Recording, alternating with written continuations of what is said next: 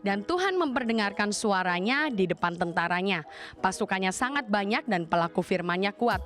Betapa hebat dan sangat dahsyatnya hari Tuhan. Siapakah yang dapat menahannya? Ini saatnya untuk bangkit dan bersinar bagi Tuhan. Aku, kamu, dan kita semua adalah pahlawan-pahlawan di dalam kegerakan Tuhan. Maka dari itu, selamat datang di dalam Leadership Conference 2020 Gereja Mawar Sharon, Regional Jawa Tengah, dan Daerah Istimewa Yogyakarta. Shalom semuanya, saya di sini nggak sendirian. Ada seseorang yang akan memberikan informasi seputar Elkon hari ini. Let's check this out. Halo Augers, perkenalkan saya Rere dan ada beberapa hal yang akan saya sampaikan kali ini. Nah, di sesi kali ini adalah sesi yang spesial karena sesi ini diperuntukkan khusus untuk kamu para Army of God.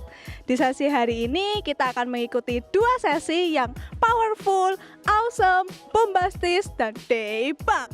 Dan pastinya sesi ini akan memberkati dan memperlengkapi setiap kita para pemimpin dan juga kamu.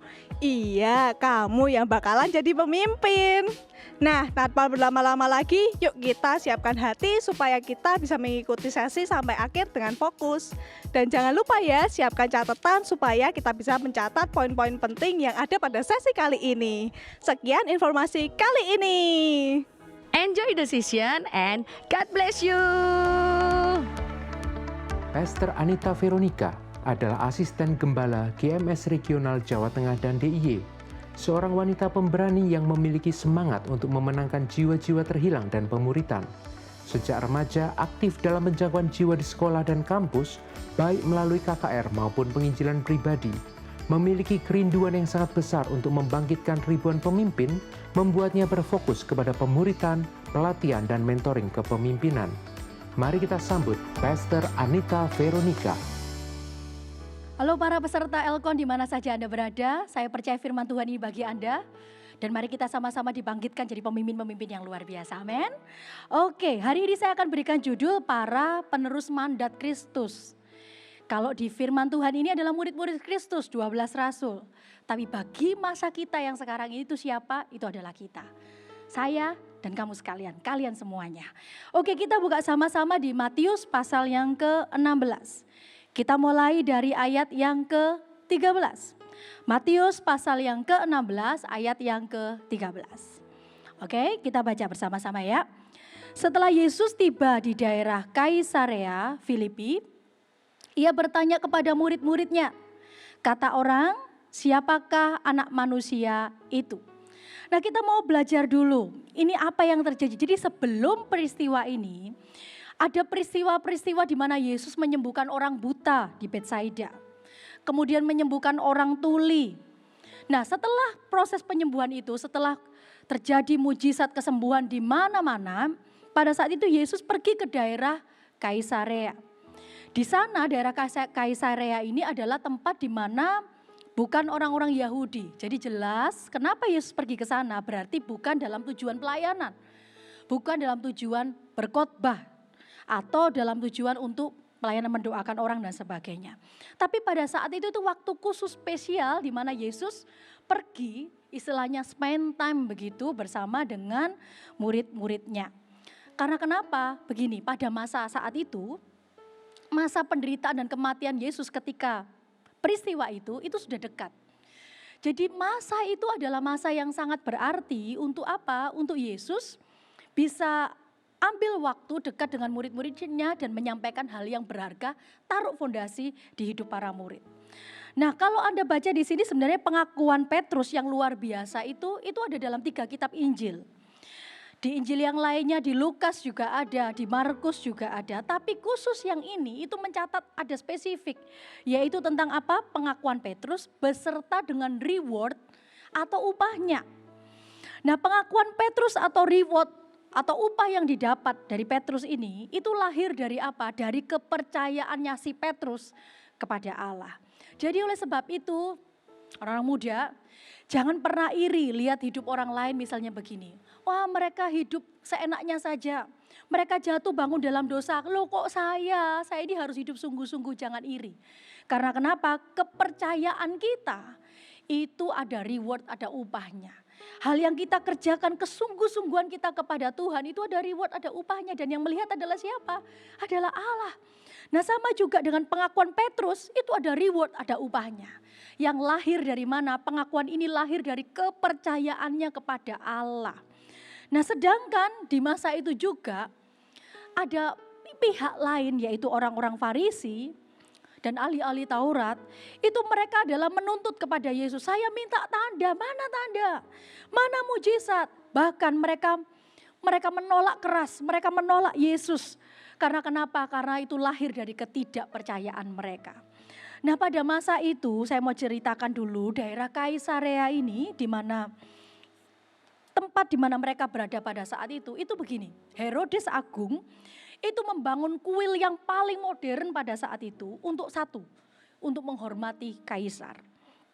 Sehingga orang-orang pada masa itu mereka menyembah dua hal. Yang satu mereka menyembah alam, apa saja yang di alam ini yang dianggap sesuatu yang wah megah itu mereka sembah. Dan yang kedua mereka menyembah manusia, yaitu siapa? Yaitu kaisar. Nah pada saat itu oleh sebab itu di tengah orang-orang tadi yang menganggap Allah itu adalah Allah-Allah yang lain itu, bisa jadi yang di alam atau yaitu manusia, yaitu kaisar. Yesus bertanya, menurut kamu kata orang siapakah anak manusia itu? Dan jawaban para murid ini bermacam-macam.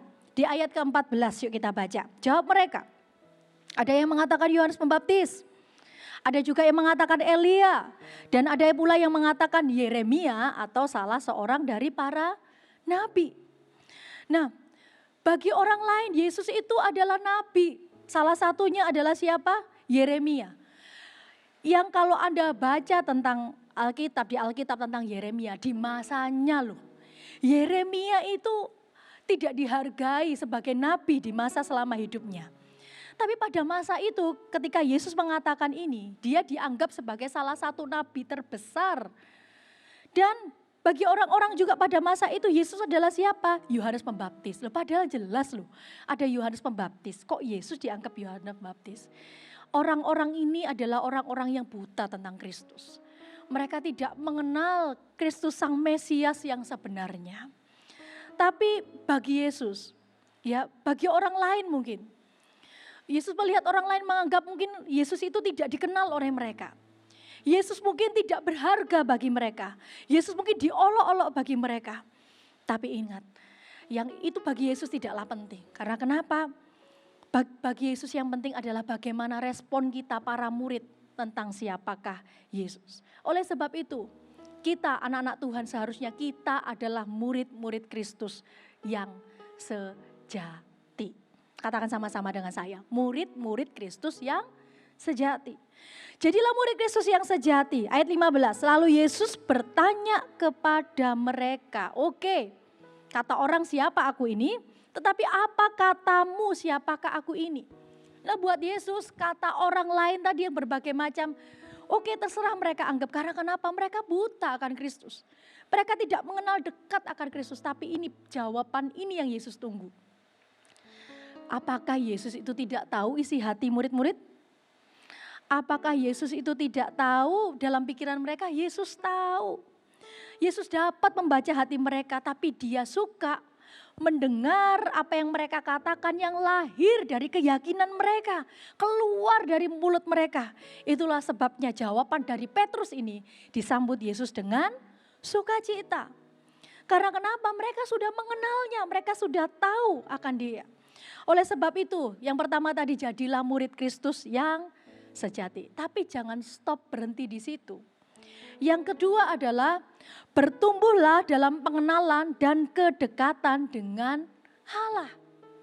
Itulah yang membuat kita bisa menjadi berbeda. Bukan murid Kristen yang murid-murid cuma label saja.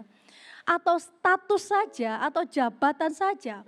Yang menjadikan murid Kristus adalah sejati adalah tahap yang kedua berikutnya juga. Adalah apa? Bertumbuh dalam pengenalan dan kedekatan dengan Allah. Ayat ke-16. Maka jawab Simon Petrus, engkau adalah Mesias, anak Allah yang hidup. Nah yang lain tadi menganggap dia tidak ada satupun keluar dari lidah orang lain atau mulut orang lain bahwa dia adalah Kristus atau Mesias. Tetapi dari murid ini, dari 12 orang ini, keluar satu kata keyakinan bahwa engkau, dia, Yesus adalah siapa? Kristus adalah Mesias, adalah Juru Selamat. Nah kalau Anda teman-teman lihat semuanya, kalian lihat semuanya, ini bukan pertama kalinya sebenarnya Petrus mengatakan keyakinannya. Di dalam Yohanes pasal yang pertama ayat ke-41 sampai 45 dan dalam Yohanes pasal ke-6 ayat ke-66 ayat ke-69 Petrus ini sudah pernah mengatakan loh kalau ya engkau adalah Mesias. Tapi yang membuat pernyataan kali ini berbeda adalah begini. Bukan hanya sekedar kesannya saja bahwa dia adalah Mesias. Tapi perkataannya ini, pernyataannya ini adalah apa? Lahir setelah kenapa? Setelah selama berbulan-bulan, mungkin belasan bulan, maksimal 3,5 tahun tentunya. Karena kenapa? 3,5 tahun Yesus pelayanan, kemudian dia menyerahkan nyawanya dan mati dan bangkit dan terangkat ke surga. Tapi setelah berbulan-bulan bersama dengan Yesus, mendengarkan ajarannya, menerima nilai-nilai yang daripadanya, melihat karya-karyanya yang ajaib, mujizat yang dilakukan, dan kesadaran akan kekuatan yang luar biasa, dan pekerjaan-pekerjaan yang luar biasa, dan kasih yang semakin hari semakin bertambah, yaitu apa? Kesan yang awal tadi telah bertumbuh dari waktu ke waktu, menjadi pengenalan akan Tuhan dan akhirnya lahir keyakinan yang teguh bahwa dia adalah Kristus dan Mesias. Itu bertumbuh. Pengenalan kita akan Tuhan itu bertumbuh. Yesus pernah menolak antusiasme dari rakyat yang berkata, Hosana gitu ya, Hosana Raja. Yesus pernah menolak diangkat jadi Raja bagi mereka. Tapi perkataan Petrus ini, perkataan yang dari lubuk hati, perkataan dari kepercayaan dan iman dan keyakinan yang lahir dari pengenalan akan Tuhan. Itu ditanggapi dengan sukacita oleh siapa? Oleh Tuhan. Memang betul pemahaman Petrus belum sempurna. Karena kenapa? Begini loh, pemahaman kita tentang Tuhan belum sempurna. Tapi itu akan terus menerus lewat apa? Lewat pengajaran, lewat nilai. Oleh sebab itu perlunya kita dimuridkan, perlunya kita dibimbing supaya kenapa? Pengenalan kita kepada Allah semakin hari semakin bertambah. Juga kita punya pengalaman kedekatan dengan Tuhan semakin hari semakin apa? Semakin bertambah. Dan terutama lewat karya Roh Kudus yang apa? Yang memimpin kita kepada semua kebenaran. Oleh sebab itu ini rewardnya, ini upahnya. Ayat 17 dikatakan, kata Yesus kepadanya, berbahagialah engkau Simon bin Yunus, sebab bukan manusia yang menyatakan itu kepadamu, melainkan apa? Bapakku yang di surga. Jadi kalau sampai kita bisa mengenal dia, kalau sampai kita ini bisa menerima kasih karunia-Nya, bahkan bertumbuh dalam pengenalan akan Allah, ingat ini baik-baik, itu merupakan wahyu dari Allah. Itu merupakan pemberian dari Allah. Jadi bahkan untuk kita bisa menerima Yesus itu karya Allah. Untuk kita bisa mengenal Allah itu karya Allah. Untuk kita bisa bertumbuh di dalam Allah itu karya Roh Kudus dalam kehidupan kita. Karya Allah dalam kehidupan kita. Pengakuan imannya itu bukanlah hasil dari pengajaran, hanya sekedar pengajaran manusia. Atau istilahnya studi dari manusia, bukan, tapi lahir dari Allah. Oleh sebab itu, saudara-saudara semuanya, ayo kita harus terus bertumbuh dalam pengenalan akan Allah. Karena kenapa dikatakan berbahagia? Kalau orang bilang bodoh bagi orang kalau misalnya hidup di dunia, apalagi di masa muda, wah yang lain hidup seenaknya, tapi engkau jaga hidup sungguh-sungguh, bahkan memberi dirimu untuk melayani Tuhan, bahkan memberi dirimu untuk menghabiskan waktumu yang luang selain kuliah, selain sekolah, mungkin selain bekerja, engkau memuridkan, engkau menjangkau jiwa dan sebagainya. Di tengah orang lain mungkin sibuk dengan kesenangannya sendiri. Orang lain menyebut engkau tidak berbahagia, tapi dengarkan ini baik-baik. pengenalan akan Allah, pertumbuhan akan Allah, pengenalan akan Kristus. Yesus katakan berbahagialah engkau. Oleh sebab itu jangan abaikan saja apa kata orang. Abaikan, katakan engkau sia-sia masa mudamu ini kau habiskan untuk melayani, untuk memuridkan, untuk menjangkau jiwa dan sebagainya. Abaikan saja. Karena kenapa? Kita hidup di muka bumi ini sementara. Perhatikan apa kata Tuhan, karena kenapa? Berbahagia kita bukan hanya sekedar di bumi, tapi berbahagia kita akan kekal selama-lamanya. Nah yang berikutnya, yang ketiga, ini bagian yang sangat-sangat penting. Tadi yang pertama, betul kita harus menjadi murid Kristus yang sejati.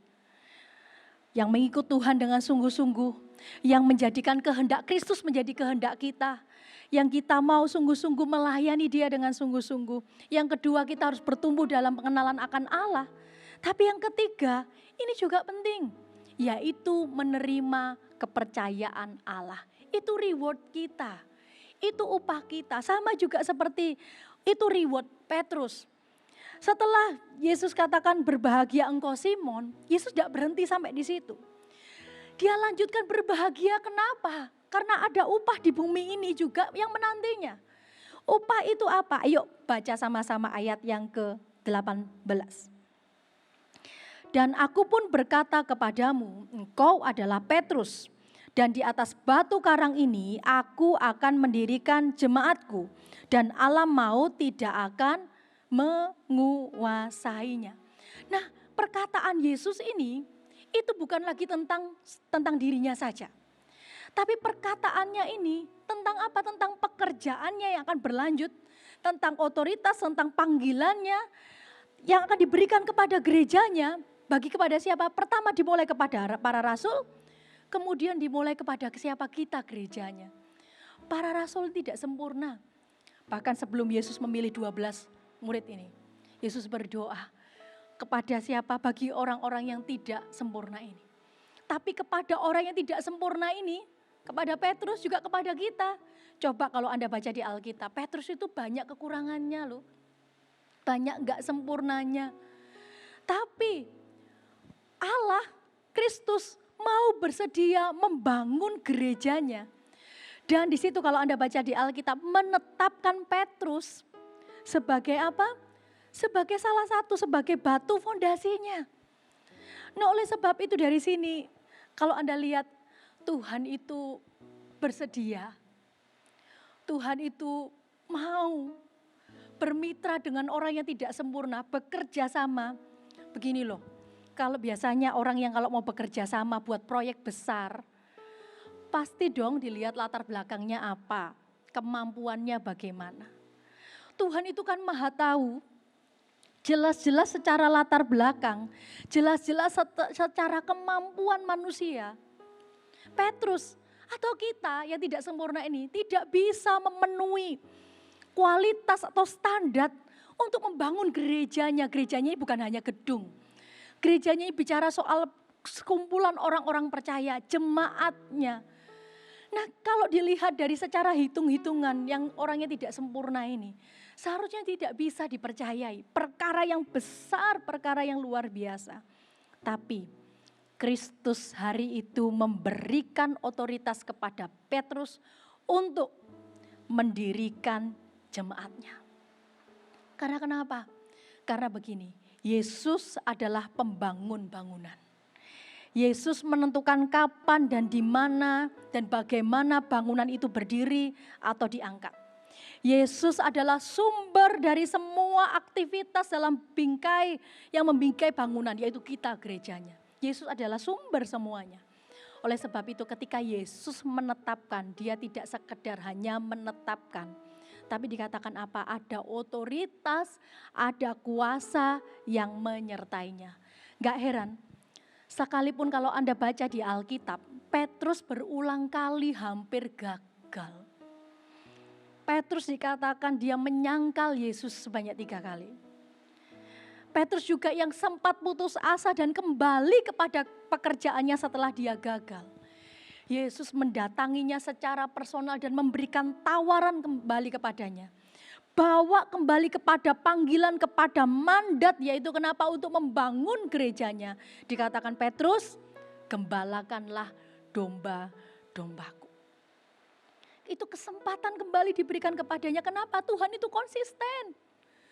Tuhan itu kalau dia memilih, dia itu memberi kemampuan sekalipun pernah jatuh, sekalipun pernah gagal, sekalipun pernah merasa tidak bisa dan tidak mampu. Dia Allah yang sanggup membawa kita kembali kepada rencananya.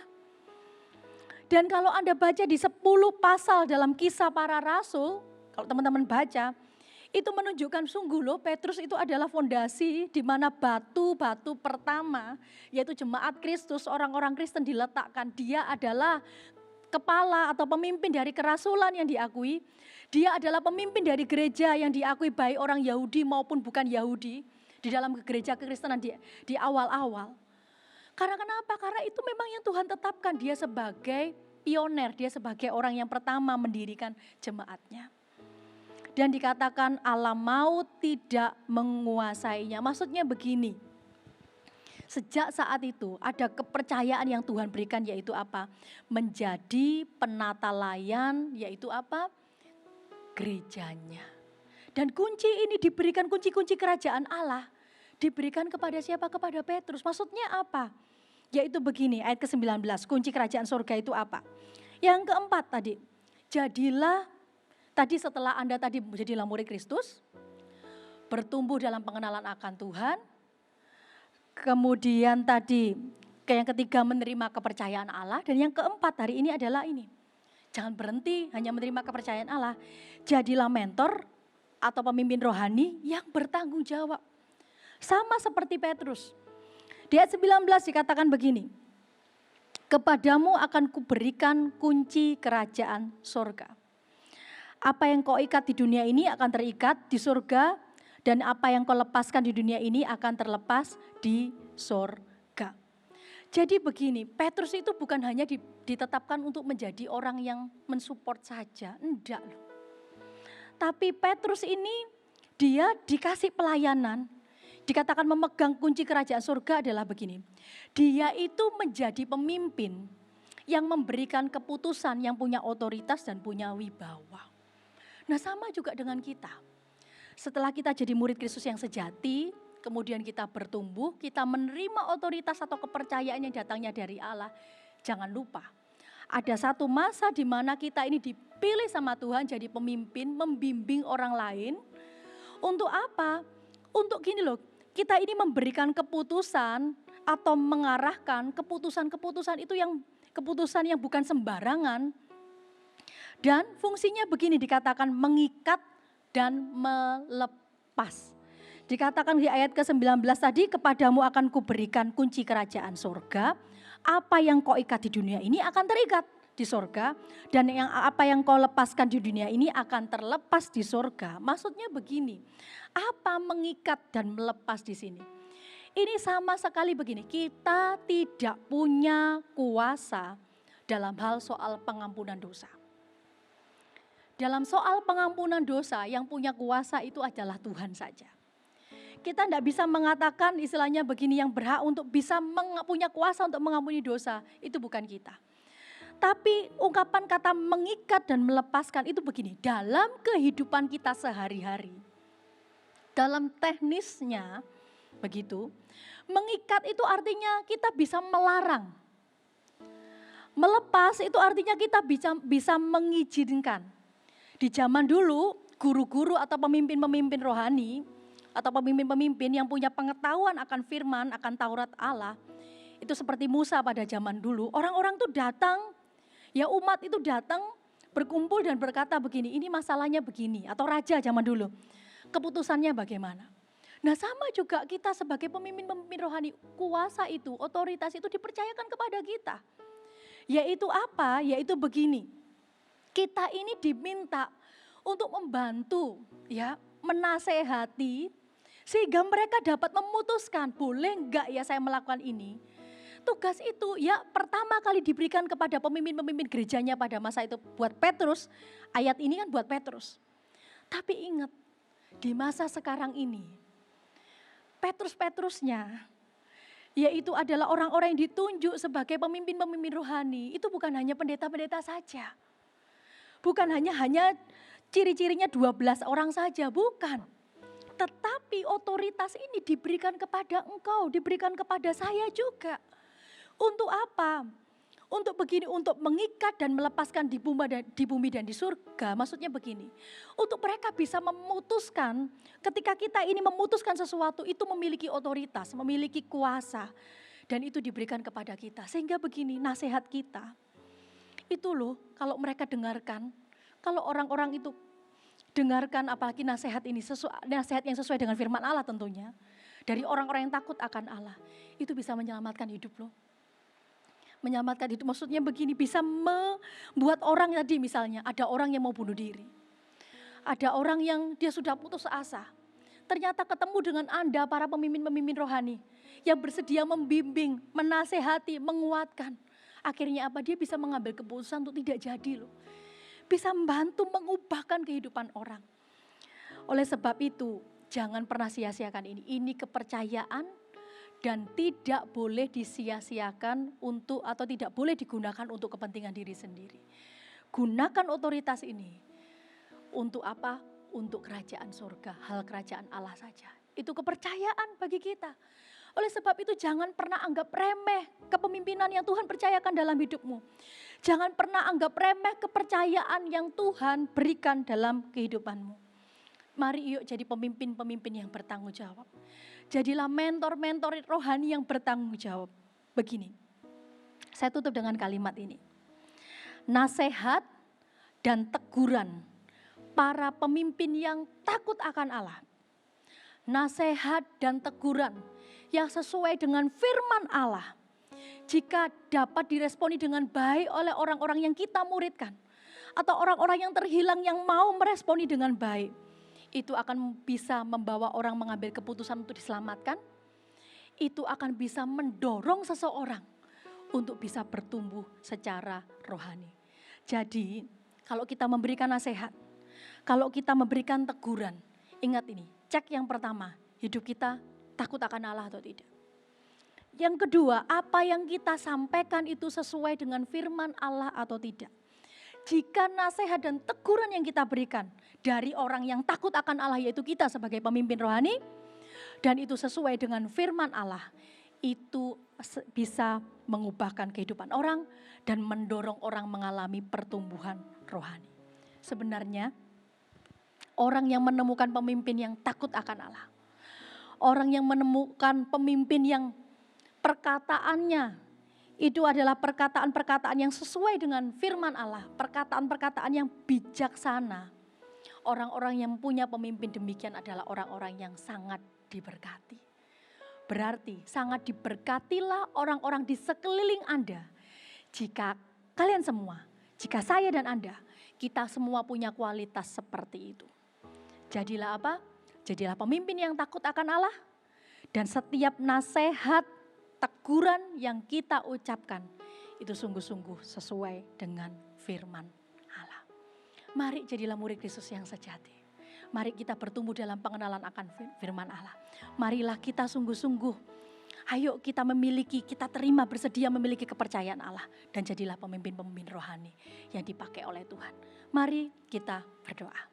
Tuhan Yesus, terima kasih buat firman-Mu. Tuhan, jadikan kami bukan hanya sekedar pendengar, tapi jadikan kami pelaku-pelaku.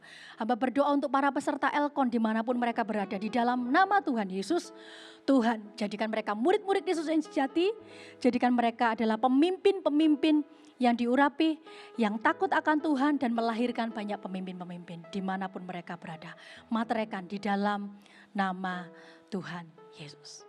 Para peserta Elkon, mari kita sama-sama jadi pelaku firman. Mari sama-sama kita bertumbuh di dalam Tuhan, jadilah murid Yesus yang sejati dan jadilah orang-orang yang memuridkan orang lain. Mereka menantikan kehadiran-Mu, mereka menantikan perkataan-Mu yang takut dari orang-orang yang takut akan Allah. Tuhan Yesus memberkati.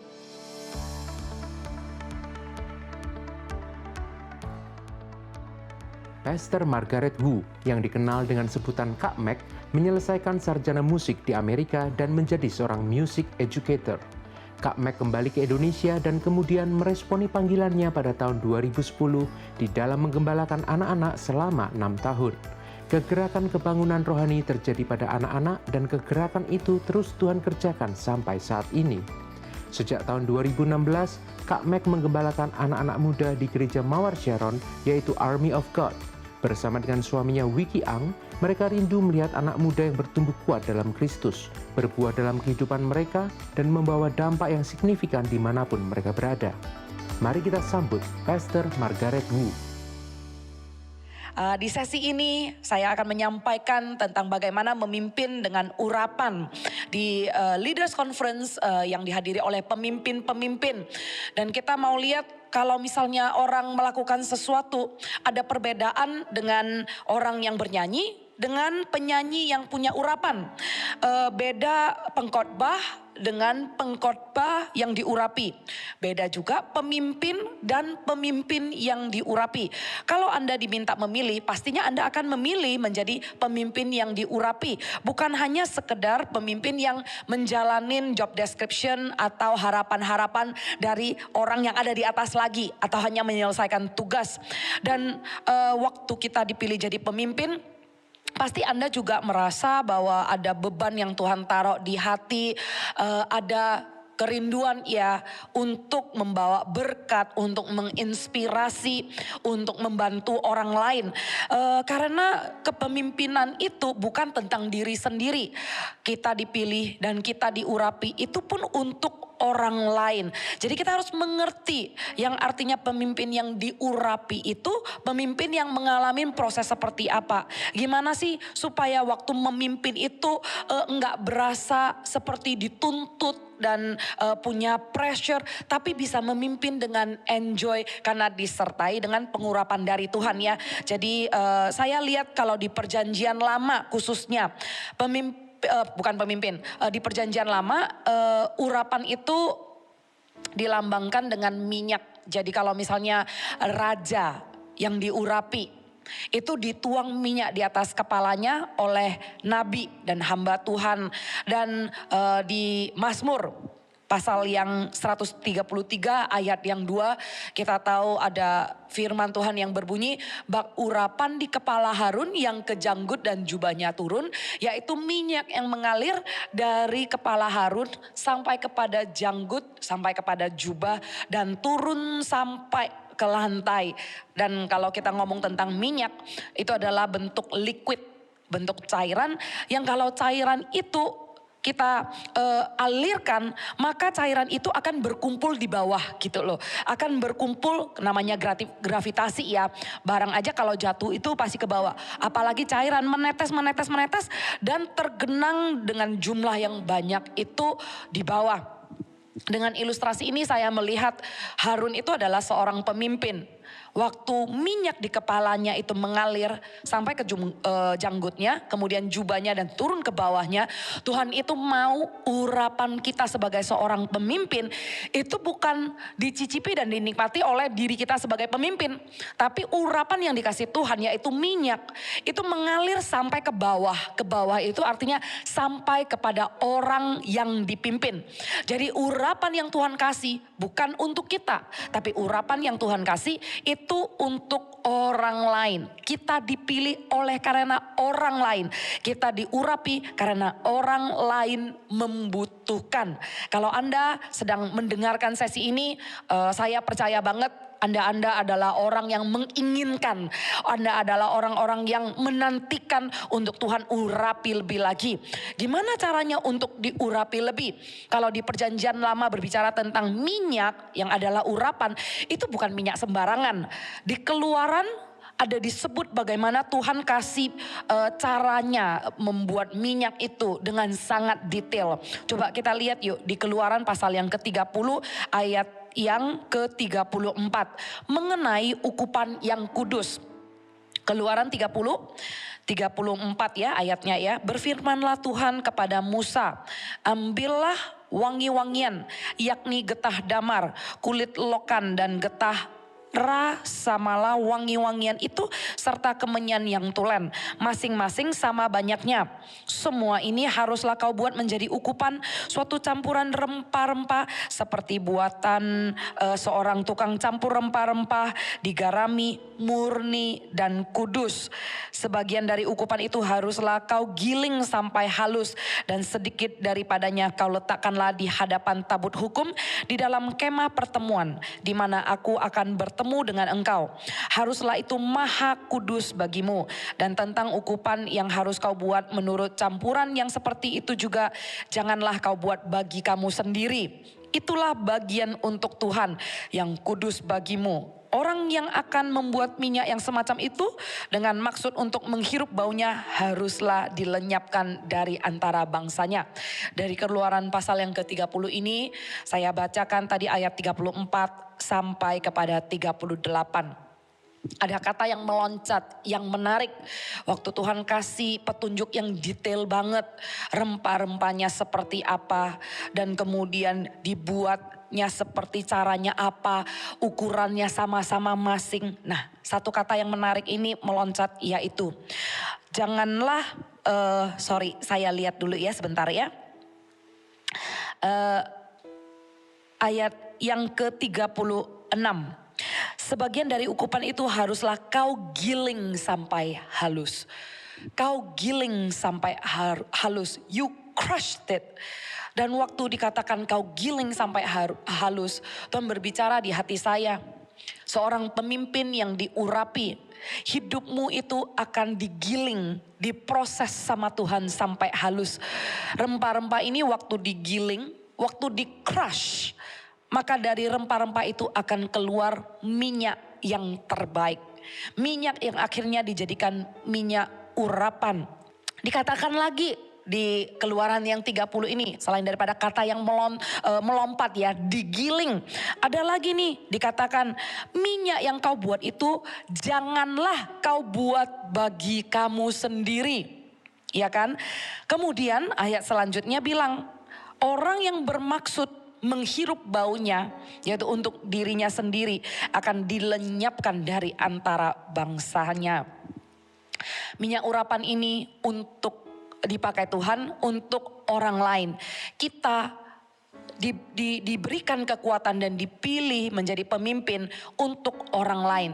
Tapi kalau misalnya kemuliaannya kita curi hanya untuk pujian, untuk penerimaan dan pengakuan dari orang lain, maka itu tidak berkenan di hadapan Tuhan dan kita sedang mencemari urapan itu. Biarlah urapan yang Tuhan kasih kita salurkan kepada orang lain, dan setelah itu jangan lihat skornya, jangan lihat keberhasilannya, move on dan langsung lihat ke depan lagi dengan kerinduan yang lebih besar lagi. Tuhan, pakai aku selanjutnya. Apalagi Tuhan, aku mau lebih lagi Tuhan, beban apa lagi Tuhan. Dan Tuhan akan memberikan double porsi pada saat itu. Karena kita tidak menghirupnya.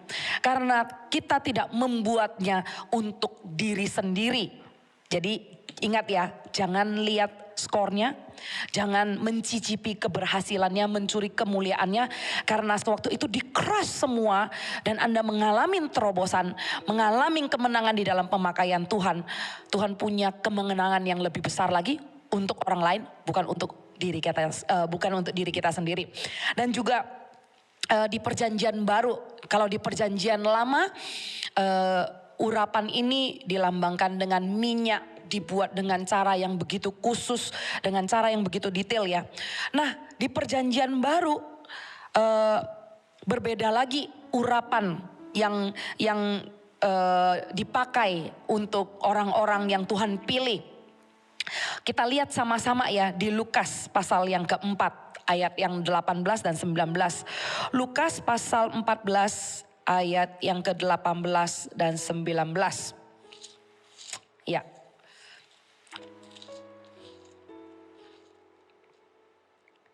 Beginilah bunyinya, ayat yang ke-18, oh bukan 4, tadi saya bilang Lukas 4 apa 14 ya? 4 ya, bukan 14 ya, Lukas 4 ayat yang ke-18 sampai 19.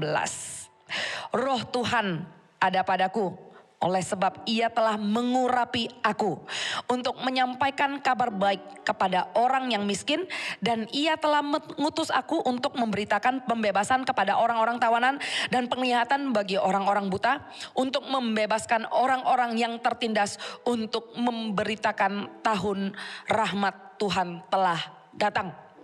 Di perjanjian baru, waktu Yesus datang sebagai juru selamat dan kemudian memberikan dirinya, dikorbankan di atas kayu salib, dan kemudian Tuhan mati bangkit pada hari ketiga, menjanjikan Roh Kudus kepada setiap orang yang percaya.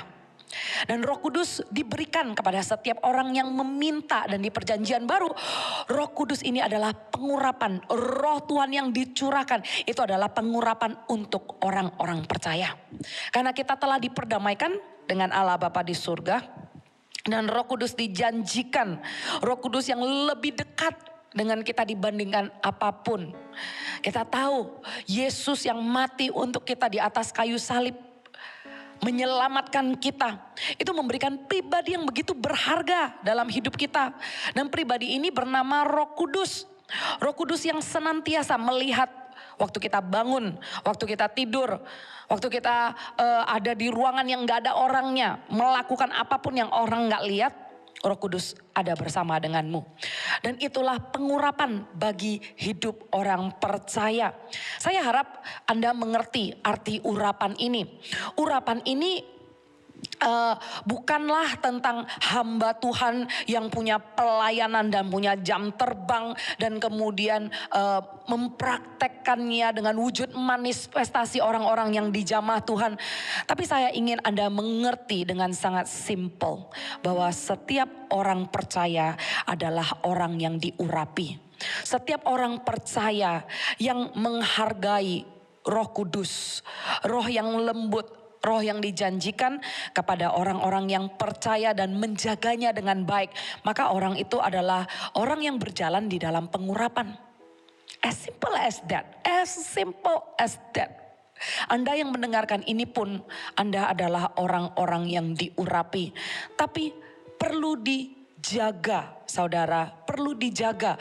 Orang yang setia di dalam menjaganya, orang yang dengan sadar, dengan sengaja tahu bahwa pengurapan itu menyertainya, maka orang itu akan menjaga hadirat daripada pengurapan itu. Dan orang yang menjaganya akan mengoperasikannya dengan kerjasama dengan Roh Kudus. That's anointing. That's called anointing. It's not about your position. Bukan tentang posisi. Bukan tentang kamu masih CGL, kamu masih coach, kamu bukan TL, kamu bukan gembala, bukan. Tuhan rindu memakai setiap orang dengan double porsi. Kalau orang ini bisa dengan takut dan gentar menjaga urapan itu. Setiap orang diurapi, tapi bagaimana orang itu menjaga urapan, itulah yang membedakan apa yang dia lakukan diurapi apa enggak. Apakah engkau pemimpin atau engkau pemimpin yang diurapi? Apakah engkau pengkhotbah atau pengkhotbah yang diurapi? Apakah engkau WL atau engkau adalah WL yang diurapi? Itu tergantung bagaimana cara menjaganya. Di awal tadi saya menjelaskan pengurapan itu dihasilkan dari proses yang digiling Tuhan, proses yang Tuhan crush untuk menghasilkan itu.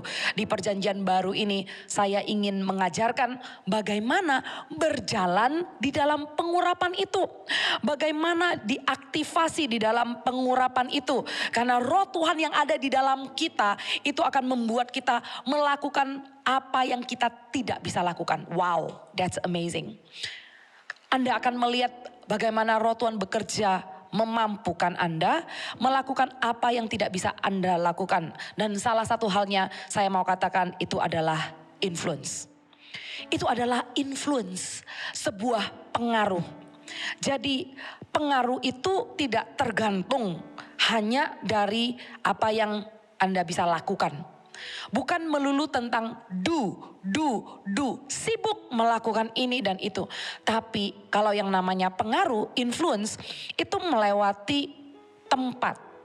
Itu menembus waktu. Karena roh sendiri bekerja itu gak dibatasi waktu dan gak dibatasi tempat juga. Anda berpartner dengan Roh Kudus yang bisa melakukan jauh melebihi apa yang Anda bisa lakukan. Dan waktu Anda mau berpartner dengan Roh Kudus, ada harga yang harus dibayar, saudara. Saya ingat sebuah cerita tentang wanita yang mengurapi kaki Yesus, menyekanya dengan rambutnya. Dan dia membeli minyak yang mahal. Dia pecahkan buli itu dan dia menyeka kaki Tuhan Yesus. Dan dia tahu ini udah saat-saat terakhirnya dengan Tuhan Yesus. Dan dia mempersembahkan yang terbaik, minyak narwastu yang mahal harganya. Dan pada waktu itu orang kaget. Kenapa minyak yang begitu mahal dipecahkan begitu saja? Tapi wanita ini tahu dia mengambil bagian yang terbaik, yaitu sebuah pengorbanan. Dan waktu dia pecahkan minyak narwastu itu, gak bisa ditahan. Seluruh isi ruangan itu mencium bau wangi-wangian itu. Suatu Anda berkorban, extra mile in your life. Saudara, the atmosphere will change. And that's called anointing. Atmosfer itu akan berubah. Seluruh isi ruangan. Orang yang ada di sudut di ruangan bagian manapun akan mencium wangi-wangian yang dipecahkan dari pengorbanan seorang wanita ini yang menangis dan menyeka kaki Tuhan Yesus. You know, your sacrifice counts. Pengorbananmu itu diperhitungkan Tuhan. Anointing itu diaktifasi dan anointing itu akan bertambah kental sewaktu kita mau berkorban di dalam hidup kita. Kita mau mengambil waktu yang terbaik. Melakukan apa yang Tuhan ingin kita lakukan. Suatu kita mau ambil waktu sebagai seorang pemimpin. Seorang pemimpin di saat nggak ada yang lihat. Suatu Anda nggak mengajar CGT. Sewaktu Anda nggak mengajar MSC. Sewaktu Anda nggak pimpin CG. Sewaktu Anda tidak sedang memberikan counseling kepada member Anda sendiri sih. Apakah spirit seorang pemimpin itu diaktifasi bersama dengan Roh Kudus? Itulah yang menentukan jam-jam yang tadi saya sebut. Jam-jam khotbah, jam-jam counseling, jam-jam di atas mimbar waktu ada platform. Anointing itulah yang akan menentukan yang waktu tersembunyi itu. Apakah kita berkorban? Apakah Anda berkorban dengan waktu yang terbaik di pagi hari bersyafaat untuk gereja Tuhan? Apakah Anda memakai waktu yang terbaik sebelum tidur?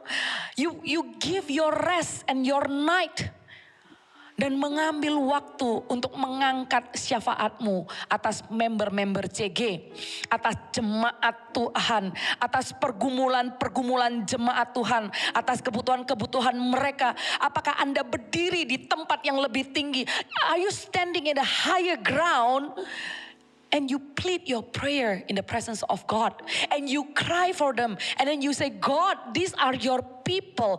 Apakah engkau sekali lagi, memang Tuhan gak perlu diingatkan. Tuhan ingat dan Tuhan tahu setiap perkara. Setiap orang dan Tuhan tahu. Bahkan orang yang berdosa pun Tuhan menanti-nantikan mereka untuk kembali. Apalagi umatnya. Tuhan pasti gak pernah lupa. Tapi itulah yang membedakan waktu Anda sebagai pemimpin. You stand in a higher ground dan Anda bersyafaat. Anda minta petisi sama Tuhan. Dan sekali lagi seperti Musa mengingatkan Tuhan. Tuhan luputkan mereka Tuhan. Pemimpin yang berjaga-jaga atas umatnya. Pemimpin yang meminta, yang mengingatkan Tuhan. Sekali lagi Tuhan, ini umat kesayanganmu Tuhan. Tuhan, ini umat pilihanmu Tuhan. Tuhan, engkau tahu pergumulan mereka Tuhan. Tuhan, percepat Tuhan untuk mereka mendapat jawaban doa. Tuhan, jangan engkau izinkan mereka berlama-lama di dalam kesengsaraan mereka, di dalam penderitaan mereka. Saudara, pengorbanan yang engkau angkat di dalam air matamu, yang engkau curahkan di dalam doa syafaat, di saat itulah urapan itu diaktifasi. Di saat itulah Tuhan sendiri melihat, ini hambaku yang baik dan setia. Urapan itu bukan semata-mata hanya kerinduan ingin dipakai Tuhan, tapi dibuktikan juga lewat pengorbanan. Sewaktu Anda setia di masa nggak ada yang lihat, when you are alone, Anda sedang memecahkan minyak narwastu di kaki Tuhan. You will be surprised pada saat itu Roh Kudus bekerja berpartner dengan Anda menyelesaikan banyak perkara yang tangan kamu itu sebenarnya nggak kesampaian sampai ke sana. Roh Kudus bekerja taking care of things that you are not able to take care. Dan ini juga menjadi salah satu kesaksian hidup saya. Sewaktu saya tahu banyak hal yang harus diselesaikan, message yang masuk belum sempat saya jawab karena sedang meeting, karena sedang ini, sedang itu. Tapi sewaktu saya menaruh kepercayaan saya kepada Roh Kudus, saya tahu Roh Kudus bekerja di dalam bagian yang saya tidak bisa kerjakan. Saya tahu things will be taken care of. Tapi karena saya kenal dengan pribadi Roh Kudus, bukan karena saya memaksakan iman saya, bukan karena gimana ya kalau misalnya kita dengan teman, oke? Teman itu kan berbagai macam. Kalau Anda minta tolong ya, Anda lebih nyaman minta tolong sama teman yang udah kenal banget, udah deket banget, atau kamu minta tolong sama teman yang gak terlalu deket. Pastinya yang deket kan, misalnya kamu tiba di kota tempat Anda tinggal, di airport. Kamu minta orang jemput gitu ya. Ayo minta siapa jemput. Nggak mungkin kamu nyaman kan minta dijemput sama teman yang nggak terlalu dekat. Pastinya kamu minta jemput teman dekat gitu loh ya kan. Nah terus mintanya itu juga nggak perlu pakai intro dan basa-basi segala macem. Kamu pasti akan angkat telepon. Gue udah sampai nih jemput dong gitu ya. Langsung to the point. Karena apa? Karena sudah dekat. Saudara, Roh Kudus juga adalah sahabat terdekat kita. Tapi kita jangan ngaku-ngaku sahabat kalau kita nggak membangun hubungan gitu. Tapi dengan Roh Kudus juga nggak contohnya ngomong seperti sama teman dekat tadi ya. Kita tetap hormat karena Roh Kudus adalah Tuhan, adalah Allah Bapa, adalah Yesus. Kita hormat, kita tahu itu adalah kasih karunia. Yang sebenarnya kita tuh nggak layak. Itu adalah kasih karunia dengan hormat.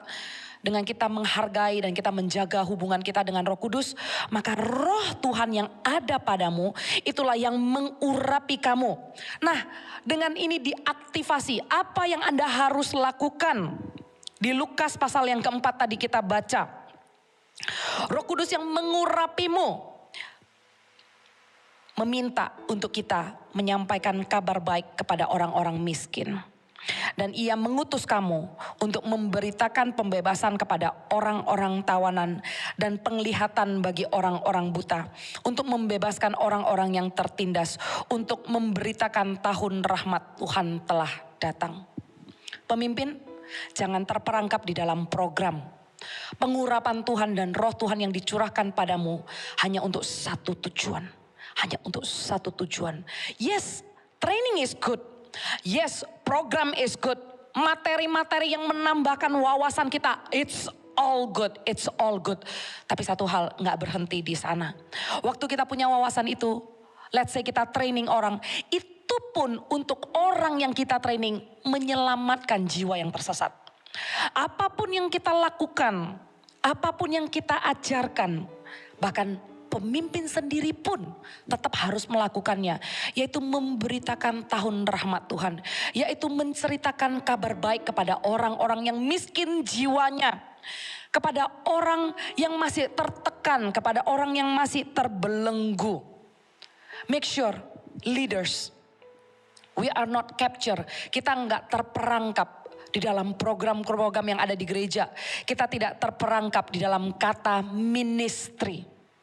Kita nggak melakukannya hanya karena ada kegerakan bersama-sama. Hanya karena ada movement yang diadakan. Harusnya kalau Roh Tuhan yang diam di dalam kita. Roh yang diaktifasi. Roh Kudus yang kita cari sehari-hari, yang kita bangun hubungan pengenalan akan dia, itu mendesak kita. Itu mendesak dan mendorong kita keluar membawa movement itu.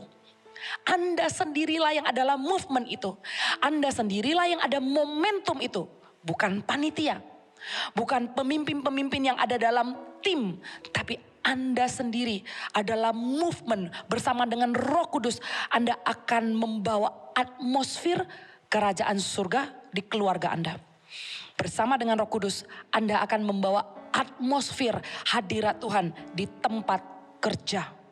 Kepada orang-orang yang Anda doakan lewat telepon, kepada orang-orang yang Anda temui lewat online, lewat video call, ada atmosfer, ada pengaruh.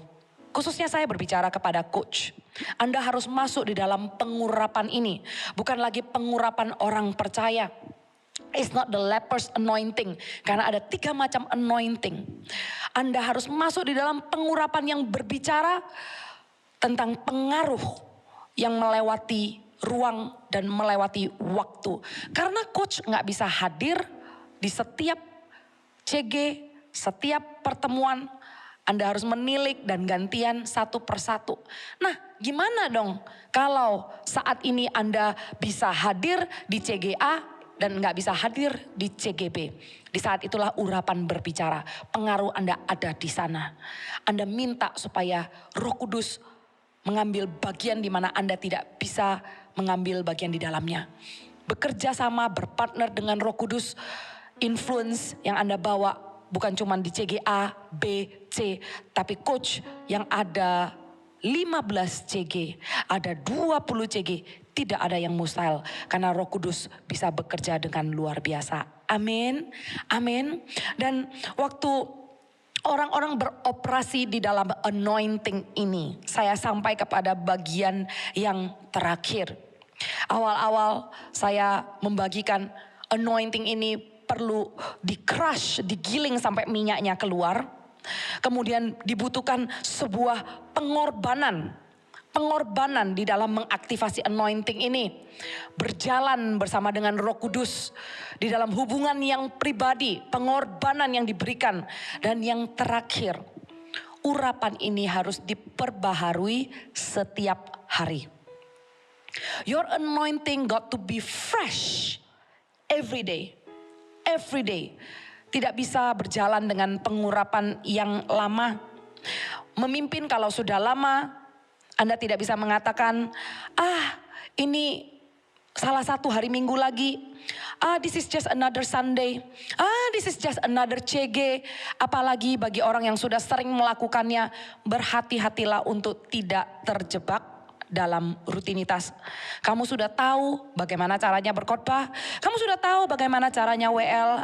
Kamu sudah tahulah kira-kira kalau caranya mimpin CG itu seperti apa. Sudah tahulah gitu. Anointing itu selalu baru. Tuhan gak pernah melakukan yang sama berulang-ulang. Tuhan kita itu adalah Tuhan yang kreatif. Memakai orang aja dengan cara yang berbeda. Tuhan pakai Saul berbeda dengan Tuhan pakai Daud. Tuhan pakai Daud berbeda dengan Tuhan memakai Salomo. Sampai cucu turunannya. Gak ada yang sama. Setiap orang itu unik. Untuk itu setiap pagi suatu bangun, kuduskanlah dirimu supaya pengurapanmu baru. Sanctify yourself.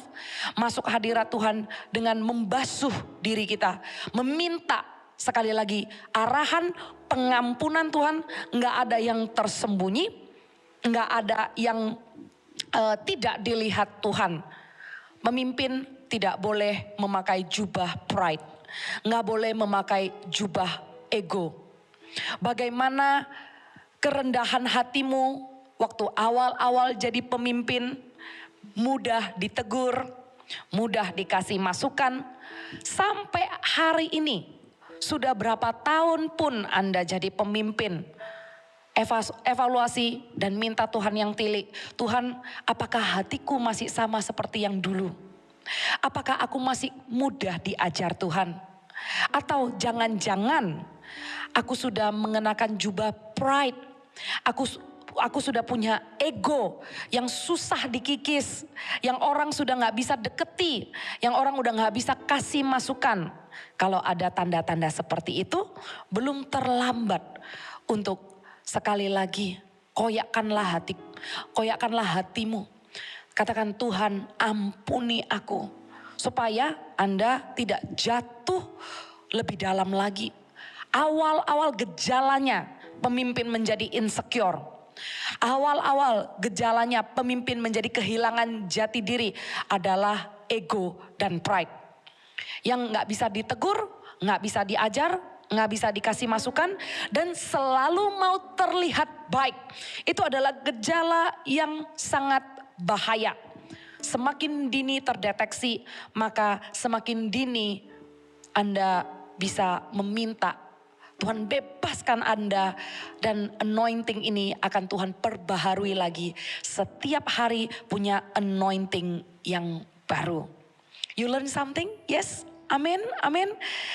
Saya berdoa supaya setiap pemimpin yang mengikuti leadership conference ini, LC, leadership community, I'm sorry saya lupa, LC ya, bisa naik level, bisa upgrade menjadi orang-orang yang berjalan dan berlari, tidak menjadi letih, tidak menjadi lesu, tapi orang yang terbang tinggi seperti Raja Wali, kuat di dalam pemakaian Tuhan.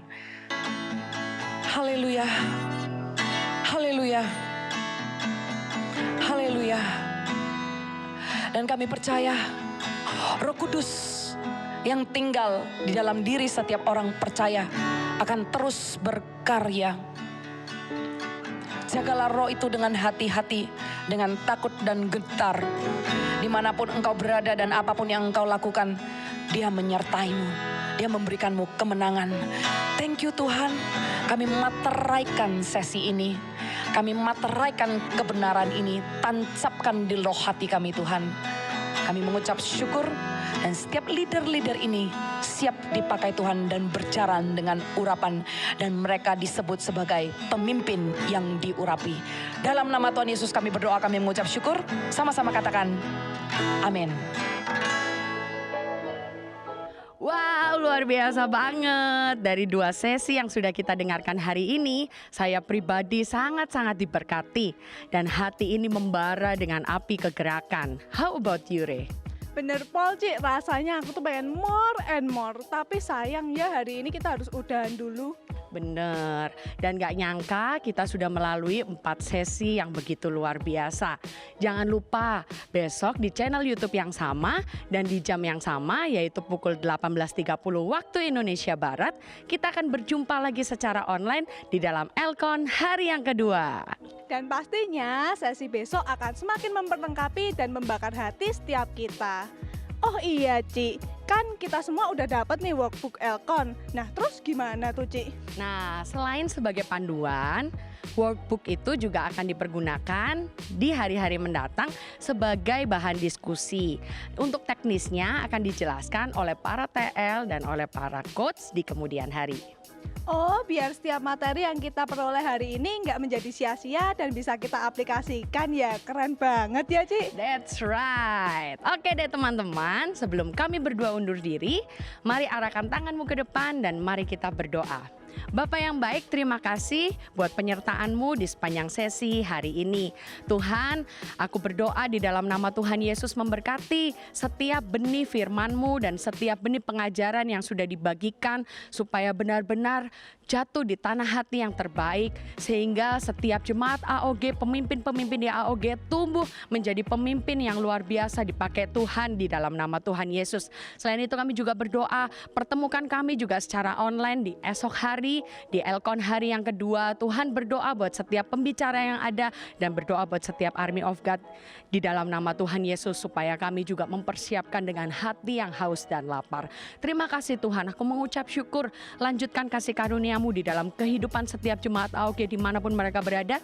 Kasih damai sejahtera, penyertaan, kasih setia, kesehatan di dalam nama Tuhan Yesus. Army of God, bangkitlah dan menjadi teranglah, sebab terangmu telah datang dan kemuliaan Tuhan turun atasmu. Kiranya berkat perlindungan daripada Allah Bapa, Allah Putra, Allah Roh Kudus menyertai hidupmu dari hari ini sampai selama-lamanya di dalam nama Tuhan Yesus. Haleluya. Amin.